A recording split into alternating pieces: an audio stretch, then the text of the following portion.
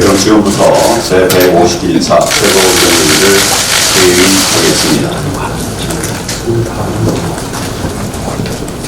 자유와 번영, 정의와 공정의 정상국가를 만들겠습니다. 제가 병상에 있는 동안 헌신적인 원내투쟁을 계속해 오신 원내 대표단과 또 의원님 여러분들께 깊은 감사의 말씀을 드립니다. 단식과 농성이라는 결사적 투쟁에도 불구하고 연동형 비례대표제 선거법을 막아내지 못했습니다. 당대표로서 당원 동지 여러분과 국민들께 송구한 마음 금할 수 없습니다. 문재인 정권은 12월 27일 선거법을 날치기 처리했습니다. 우리가 이 날을 잊지 않을 것입니다. 또 거기에 이어서 조만간 공수처법마저 날치기 처리하려고 하고 있습니다. 우리가 피땀 흘려 지켜온 민주주의를 무너뜨리고 좌파 독재의 일을 하겠다는 것입니다. 문재인 정권의 헌정 파괴, 의회 파괴, 민주 파괴는 머지않아서 국민의 심판을 받게 될 것입니다. 후대에도 길이길이 역사의 법정에 오를 것입니다. 역사의 법정에 오를 것입니다. 우리가 직접 경험한 문재인 정권은 무법 정권이었습니다. 최소한의 법도 없었고 금도도 없었습니다. 온갖 불법과 날치기를 통해서 선거법을 통과시켰습니다. 공수처법도 날치기 처리하려고 하고 있습니다. 물밑에서 진행하던 제1야당과의 협상 과정에서는 결국 거짓말과 실수로 일관해왔습니다. 이런 정권, 이런 정당을 상대하는 것 자체가 참으로 의미가 없다는 자괴감까지 들었습니다. 그러나 길은 있습니다. 지금 저희 자유한국당이 무리한 1+4 야합 세력의 폭거에 짓밟히고 있지만은 저희들에게는 국민 여러분들이 계십니다. 이제 자유한국당은 국민만 바라보고 힘을 내겠습니다. 국민 속으로 들어가서 국민과 함께 문정권의 폭정에 무너져가는 민생 경제를 살리는데 최선을 다하겠습니다. 문재인 정권이 12월 의회 폭거를 자행하는 가운데 우리 경제와 민생은 결국 파탄나고 있습니다. 어제 발표된 OECD 발표에 따르면 올해 우리나라의 명목 성장률은 1.4%라고 합니다. OECD 회원국 36개 중 34위였습니다. 최하위권으로 떨어졌다는 것입니다. 지난 2년 반의 시간은 이 정권이 폭정의 칼날을 이대로 계속 휘둘른다면 대한민국의 존립 자체가 위태로울 수 있음을 온몸으로 실감케 했던 나날이었습니다. 경제와 안보 두 축이 모두 흔들리고 국민들은 한 번도 경험하지 못한 추론 속에 빠져들었습니다. 이제 저희 자유한국당은 이 정권의 폭정 속에 외면당해온 시급한 민생 현안부터 챙기도록 하겠습니다. 힘겨워하는 민생 현장, 우리의 관심이 필요한 것은 어디든 언제든 가장 먼저 달려가는 민생 정당이 될 것입니다. 현 정권의 경제 폭망 정책을 극복하고 대한민국을 되살려 낼 수 있는 입법과 정책 마련에 박차를 가할 것입니다. 내년 총선은 이제 단순히 우리 당이 선거에서 지고 이기는 문제가 아닙니다. 좌파 독재의 망국적 폭정을 멈춰 세우느냐, 그렇게 하지 못하느냐, 국가의 존망이 달린 문제입니다. 저는 내년 21대 총선을 국민들이 우리에게 주시는 마지막 기회라고 생각하고 있습니다. 국민이 원하고 나라가 필요로 한다면 모든 것을 바꾸고 또 내려놓을 수 있다는 결연한 각오로 내년 총선에 임하도록 하겠습니다. 새로운 변화를 기대하는 국민 눈높이에 부응할 수 있도록 모든 것을 다해 나가겠습니다. 뼈를 깎는 쇄신을 통해서 가장 혁신적이고 가장 공정한 총선을 이루겠습니다. 젊고 유능한 인재들도 많이 발굴해서 국민이 바라는 새 정치를 만들어 나가겠습니다. 지금 우리는 그런 일들을 하고 있습니다. 일부에서는 최근 민주당의 인재 영입 발표를 보면서 우리 당은 영입도 스톱됐다는 걱정을 하시기도 합니다. 그러나 금년 들어서 인재 영입을 가장 먼저 시작한 것은 우리 자유한국당이었습니다. 그리고 지금도 2차 대영입 작업을 하고 있습니다. 보여주기 쇼가 아니라 내년 총선 승리를 위한 새롭고 젊은 인재 영입에 힘을 기울이고 있습니다. 우리의 목표 시점은 2019년이 아니라 2020년입니다. 민생이 총선이고 총선이 곧 민생입니다. 총선 승리를 위해서 문재인 정권의 폭정에 신음하는 총선 승리를 통해서 문재인 정권의 폭정에 신음하는 대한민국을 구하고 또 나라를 정상으로 되돌려 놓겠습니다. 이번에 통과된 선거법도 반드시 제대로 되돌려 놓겠습니다. 부강한 나라,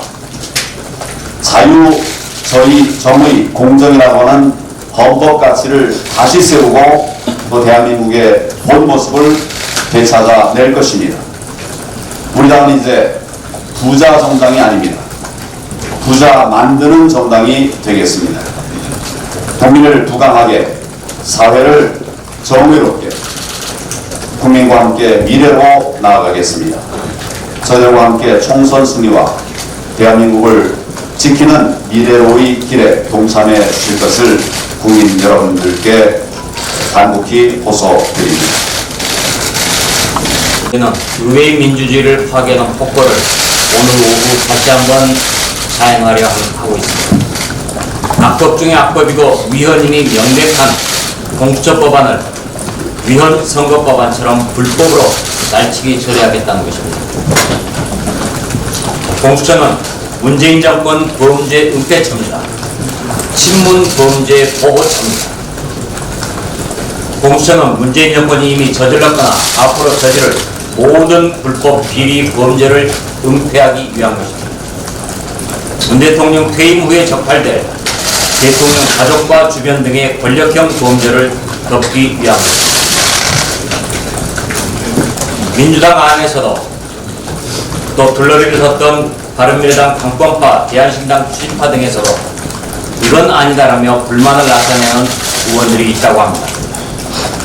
이른바 4+1의 의원들께 호소합니다. 이런 반헌법적, 반민주적 기관이 탄생하는 것을 결코 용납하지는 않습니다.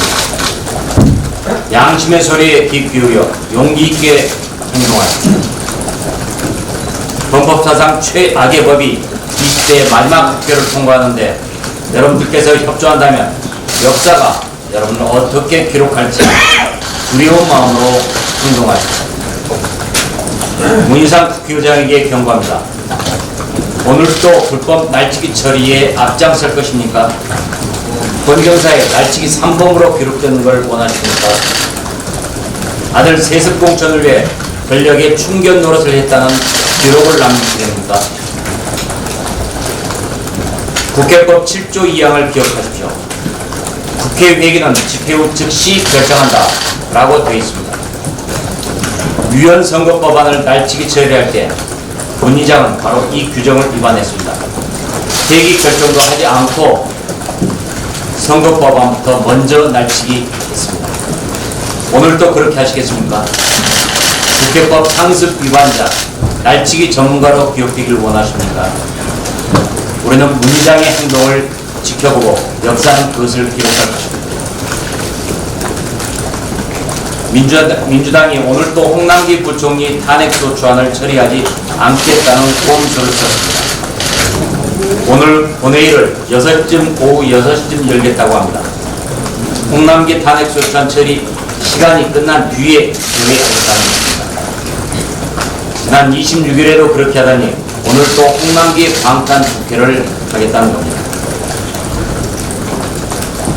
경제를 망친 홍남기 탄핵소추안이 표결에 붙여질 경우 민주당 블러리 세력에서도 이탈표가 나와 소추안이 가결될 가능성이 크기 때문으로 보입니다. 민주당은 법적 근거도 없는 4+1 협의체를 만들어 내년도 예산안 심의하면서 내년도 예산안 심의 회록도 남기지 않았습니다. 이 모든 과정에 홍남기 부총리가 적극 협조했습니다. 공무원의 정치적 중립 의무를 위반한 것입니다. 민주당이 오늘 홍남기 탄핵소추안을 표결하지 않을 경우 같은 소추안을 또 내겠습니다. 반드시 그에게 책임을 묻겠습니다.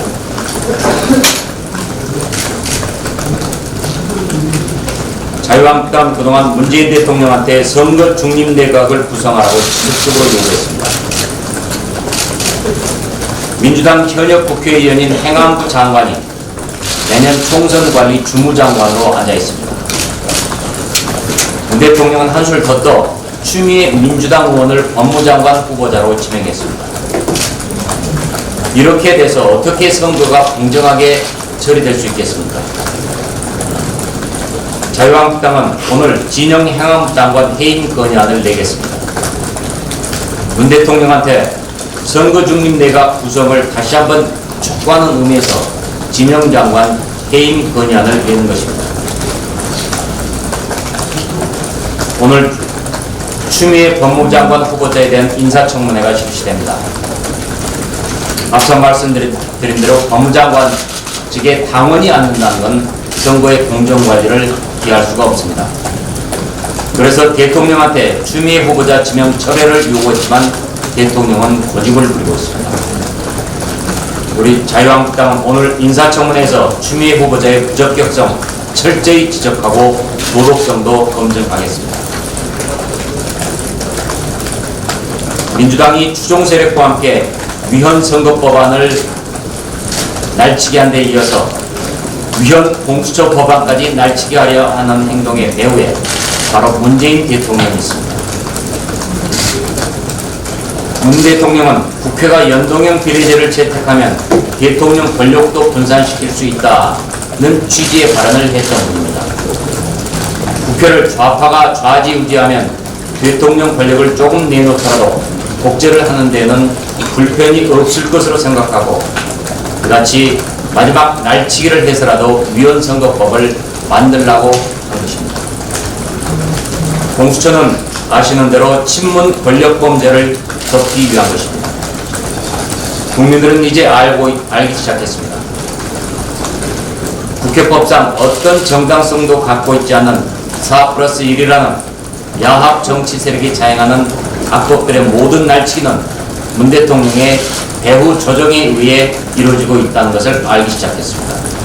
괴물선거법, 괴물공수처법의 몸통이 바로 문재인 대통령이라는 것을 국민들께서는 알게 됐습니다.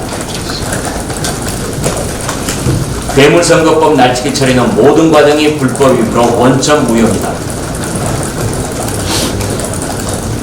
문희상 의장은 그 법을 정부로 이송할 것입니다. 문 대통령이 괴물선거법에 대해 거부권을 행사하지 않는다면 그 악법의 몸통이 자기 자신이라는 것을 확인해 주는 것입니다. 우리는 국민과 함께 문 대통령의 행동을 주시할 것입니다.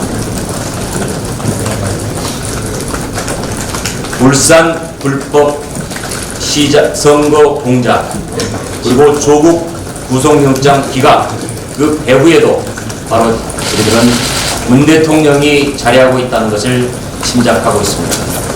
국민들이 바로 그 점을 명확하게 알고 있습니다.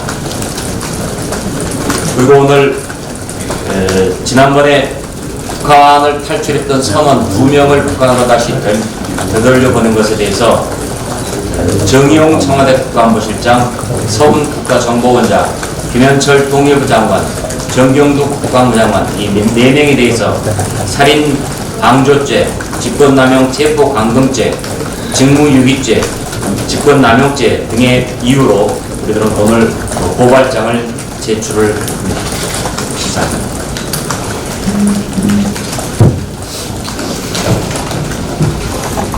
국민 여러분 안녕하십니까. 자유를 향한 투쟁은 역사적으로 있어 왔습니다. 국민 여러분께서도 아시다시피 18세기 계몽주의 철학자인 볼테르는 이런 말을 합니다.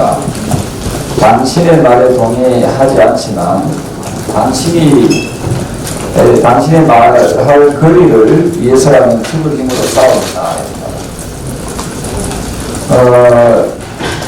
이 말할 수 있는 기회, 거리를 저는 보장해야 된다고 생각하고 있고, 또 국회는 의회 민주주의를 위해서는 여야가 서로 말할 수 있는 그런 거리가 보장돼야 된다 생각합니다. 근데 지금 대한민국 국회는 말할 거리를 주지 않습니다.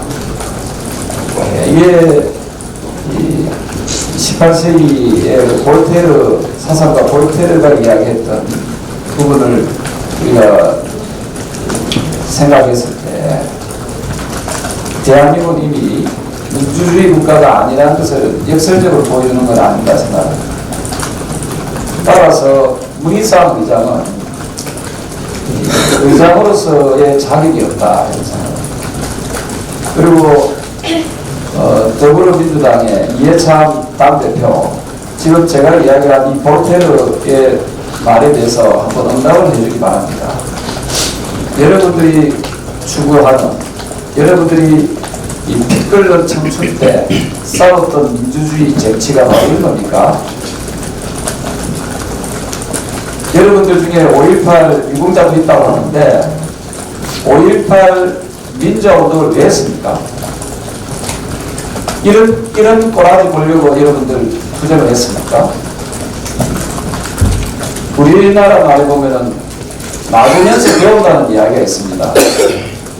여러분들이 20대 때 또는 30대 때 민주주의를 위해서 투쟁했다는데 여러분들이 이야기한 민주주의가 막 이런 겁니까?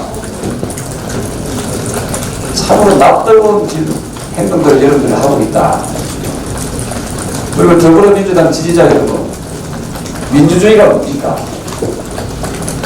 자기들 마음대로 하는 것이 그게 민주주의입니까? 자기들 패거리는 그래 모든 법을 위반하고 못된 짓을 해도 용서가 되는 게 그게 민주주의입니까?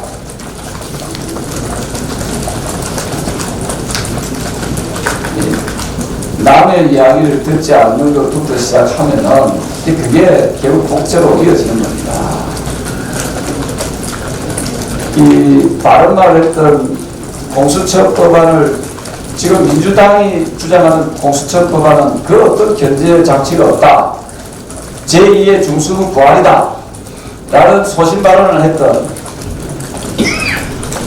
타당의 의원에 대해서 지금 전화 문자 폭탄을 보내고 있답니다. 그래서 그 의원이 지금 여러분들한테 호소하고 글을 보내고 있다 이런 이야기를 합니다. 지금 공수처 법안을 기필코 지금 내놓으려고 하는 이 더불어민주당 그리고 문희상 의장에게 경고합니다. 여러분들이 지금 당장 철회하지 않으면 결국 역사적으로 여러분들은 반역 행위를 하는 거고 역사적으로 심판합니다 하는 부분에 대해서 다시 한 번 더 강조해서 말씀드립니다. 지금이라도 제1야당에게 충분히 말할 수 있는 그 권리를 우리 선거자는 보장하기 바랍니다. 이상입니다.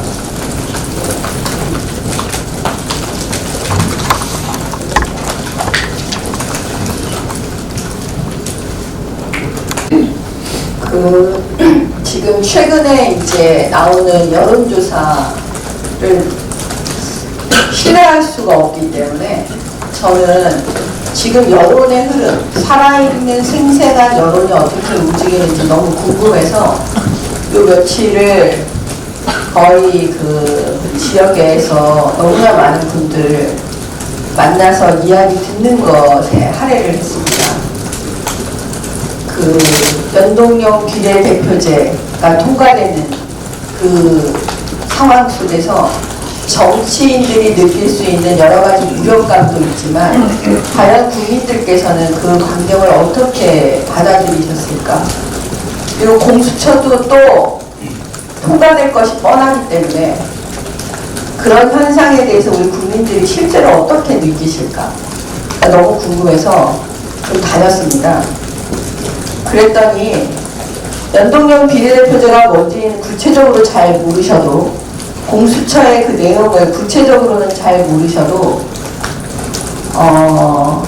기본적으로 문재인 정권이 힘으로 밀어붙이고 있다는 것은 알고 계신 듯 제가 느꼈습니다. 왜냐하면 문재인 대통령을 찍었던 분들, 문재인 대통령을 찍었는지 안 찍었는지 말씀 안 해주시는 분들, 의견이 더 중요했기 때문에 그분들을 굳이 찾아다니면서 제가 여쭤본 이유는 과연 그분들 머릿속 생각이 어떻게 변화하는지 알고 싶었기 때문입니다. 그러면 앞으로는 어떻게 해야 될 것인가? 결국에는 자유한국당에 표를 주고 싶은데 자유한국당에 표를 줬을 때 자유한국당이 이길 것이냐? 이거에 대한 의문을 굉장히 많이 품고 계셨습니다. 전제는 해야 되는데 과연 그러면 자유한국당이 이길 것이냐? 저는 이게 핵심이라고 봅니다. 우리가 우리 스스로 빗물을 많이 담을 수 있도록 그릇을 넓게 만들어야 되는데 우리는 과연 그런 노력을 지금 하고 있는 건지 우리 스스로에게 우리도 물어야 할 때입니다. 어차피 선거제는 통과해 버렸고 결국 이 선거제를 통해서 우리는 선거를 치러야 합니다. 지역구에서 아무튼 많은 수를 당선시켜야 합니다. 그러면 핵심은 이거 아니겠습니까? 통합해야 합니다. 보수가 대통합하지 않고는 우리 국민들께서 바라는 문재인 정권을 견제하고 싶은 그 마음을 받을 수가 없습니다. 그 빗물을 우리가 받아낼 수가 없습니다. 사랑하는 당원 동지 여러분, 그리고 국민 여러분, 우리 대한민국 애국가에 이런 구절이 있습니다. 하나님이 보호하사 우리나라 만세. 저는 이 구절이 지금 우리 이 시대를 딱 보여주고 있는 구절이라고 생각합니다. 문재인 정권이 힘으로 계속 몰아붙이고 있을 때 이걸 막지 못하는 자유한국당의 국회의원들을 보면서 우리 국민들께서 이 애국가 가사의 이 부분을 지금 송년회 때 폭탄사를 하시면서 이 구절을 노래로 부르고 계십니다. 이제 민주당은 죽었습니다. 옛날에 민주당은 죽었습니다. 국민들께서 그거를 아시고 계십니다. 자유한국당은 다시 살아야 합니다. 어떻게 살아야 할지 우리가 알고 있습니다. 우리는 보수 대통합 열심히 합시다. 이상입니다.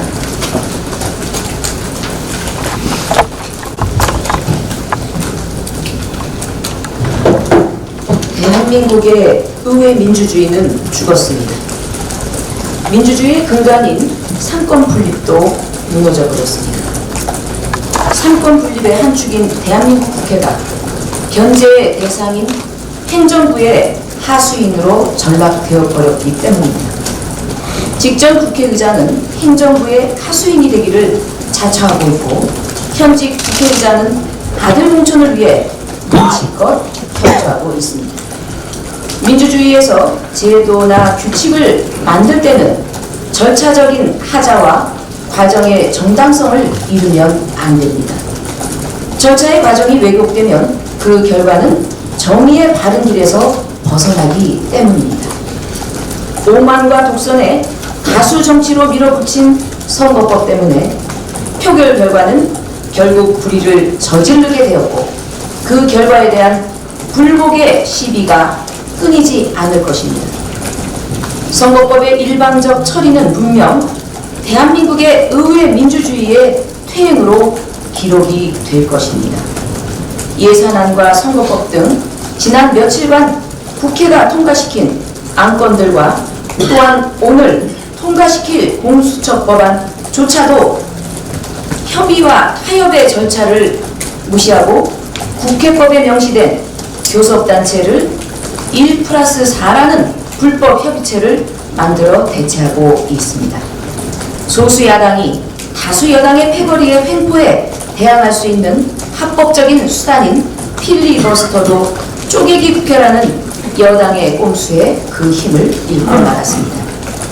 본인들의 밥그릇을 지키기 위해 만든 누더기 연동형 비례대표제라는 꼼수로 인하여 국민들은 당장 내년 총선에서 내 표가 어디로 가는조차도 알지 못하는 상황이 되어버렸습니다. 자유한국당은 꼼수에는 묘수로 대응을 하겠습니다. 아니, 올바른 정수로 대응하겠습니다.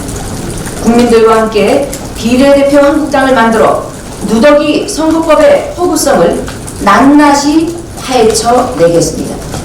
국민의 부담으로 돌아올 날치기 예산은 국회 상임위를 통해서 꼼꼼히 앞으로 따져나가겠습니다.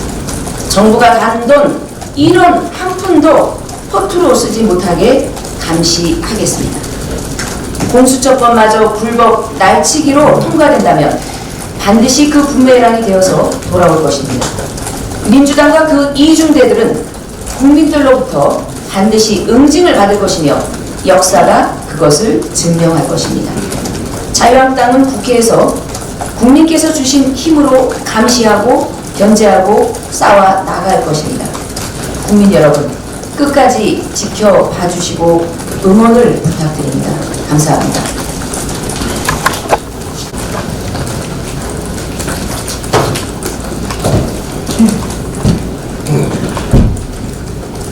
맹모 삼천지교 맹자의 모실이 맹자의 교육을 위해서 3번 기사를 했다고 합니다. 이 맹모 삼천지교가 문희상 국회의장의 아들 공천을 위해서 3번 날치기 한 것과 비교하는 것이 회자되고 있습니다. 예산 날치기, 선거법 날치기, 공수처 날치기가 그것입니다. 지난번 국회에서 모든 국민들이 그 안에 생각하는 것이 필리버스터가 끝나면 그 다음 회기에서 지체 없이 표결해야 한다. 그 다음 회기에서. 그런데 국회법 제7조를 보면 그 다음 회기는 집회 후에 즉시 정하여야 한다. 그런데 회기 정하는 안건이 미리 해서 표결 처리했습니다. 비교하면 축구 골대 앞에서 상대방 골대 앞에서 대각이 등장하자 공책을 얻고 환호하는 계획입니다. 당연히 무효입니다. 윤석열 대통령께서는 미국 트럼프 대통령의 하원에서의 탄핵 이유 중 2가지 중 하나가 의회 업무 방해죄라는 것을 명심하시기 바랍니다. 필리버스터 독단적 제한 설명도 하지 않고 수정안 받아주지도 않고 마음대로 문제로 중단시킨 의회 방해죄입니다. 이렇게 되다 보니까 70년 된 공헌과 우리 경제와 민주주의가 내려앉고 있습니다. 우리 경제 속속 어두운 발표를 이어지고 있습니다. 대표님께서 말씀하셨지만 금년도에 우리나라 경상성장률이 1.4%, OECD 발표니까 그렇지 실제로 국내에서는 1.1 내지 1.2%라고 보고 있습니다. 이게 발표였는데 사실은 체감 성장률인 경상 성장률이 실질 성장률 이하로 떨어진, 아래로 떨어진 경제사에 처음 있는 일이 금년에 일어났다, 이렇게 말씀드리겠습니다. IMF 때도 경상 성장률이 실질 성장률보다는 높았습니다. 또 투자도 보면 2분기에는 OECD 36개 나라 중에서 31등, 3분기에는 36개 중에서 3개 나라를 제외하고 끝에서 세 번째, 그리고 6분기 연속 마이너스 투자입니다. OECD 평균은 한 번도 투자가 마이너스가 된 적이 없었습니다. 투자가 안 되는데 무슨 성장이 되고 무슨 일자리가 되겠습니까? 이렇다 보니까 빚을 내서 끌고 가는 겁니다. 중앙정부, 지방정부, 연금, 공단, 공기업 모두 합친 국가부채 D3 개념에서 보면 작년 연말에 1078조, 그러니까 이전 정부에서 8조 늘어난 장부를 받아가지고 작년 한 해 동안에 33조, 4배 넘는 부채를 키워왔습니다. 국가와 공기업은 그래도 빚을 내서라도, 빚을 찍어내서라도 유지는 할 수 있습니다만은 빚을 내기 어려운 기업은 망해보고 문을 닫을 수밖에 없습니다. 작년에 800개 기업이 문을 닫았습니다. 금년 10월까지 770개 기업이 문을 닫았고 연말에는 900개가 넘는다고 합니다. 한 기업에 10사람씩만 고용하고 있다고 해도 10,000명 가까운 직원들이 해고당할 수밖에 없는 공정입니다. 일자리를 잃게 되는 겁니다. 문재인 대통령께서는 국회에 기대어 발칙이 종용하시기보다는 연초에는 제발 읽어봐야 할, 꼭 국민들이 읽어봐야 할 책 추천하는데, 독서해야 될 책으로 추천하는데 대통령께 전해드린 자유한국당에 기업에서 일자리를 만드는 경제, 그래서 국민이 월급 받고 부하게 되는 경제, 민프로를 국민들께 일독식으로 보내주시기 바랍니다. 감사합니다.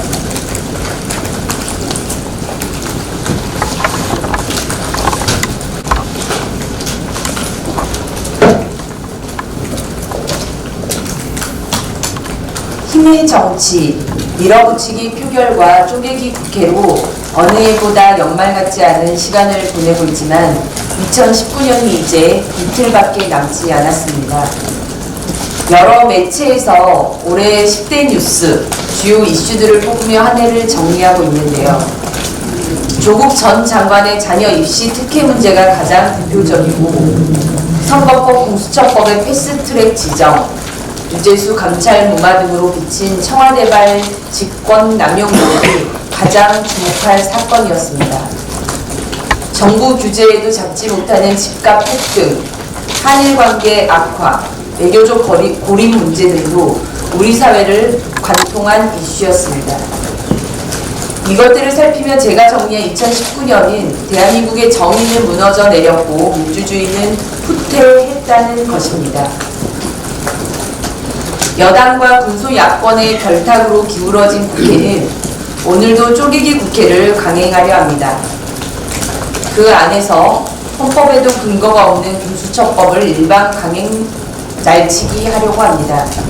정말 개탄스러운 상황입니다. 상식과 법리에 기반한 양심 있는 국회의원들이 이 공수처 법안에 반드시 반대표를 행사해야 합니다. 소신과 용기가 필요한 때입니다. 정말 호소드립니다. 나의 한 표가 대한민국을 정치적 싱크로 빠지게 하느냐에 중대한 기로에 서 있다는 절박한 책임감으로 대한민국의 문재인 정권 독주를 견제하는 야당 의원 본연의 역할을 꼭 고심해 주시길 바랍니다.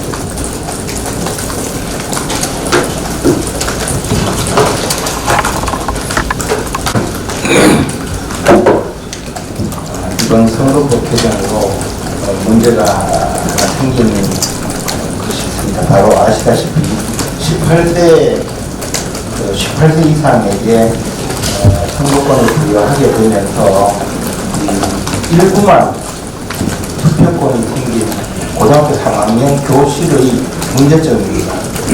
지금 선거법에 의하면 2002년 4월 15일 이전 시행자가 이번 총선에서 투표권을 갖게 됩니다.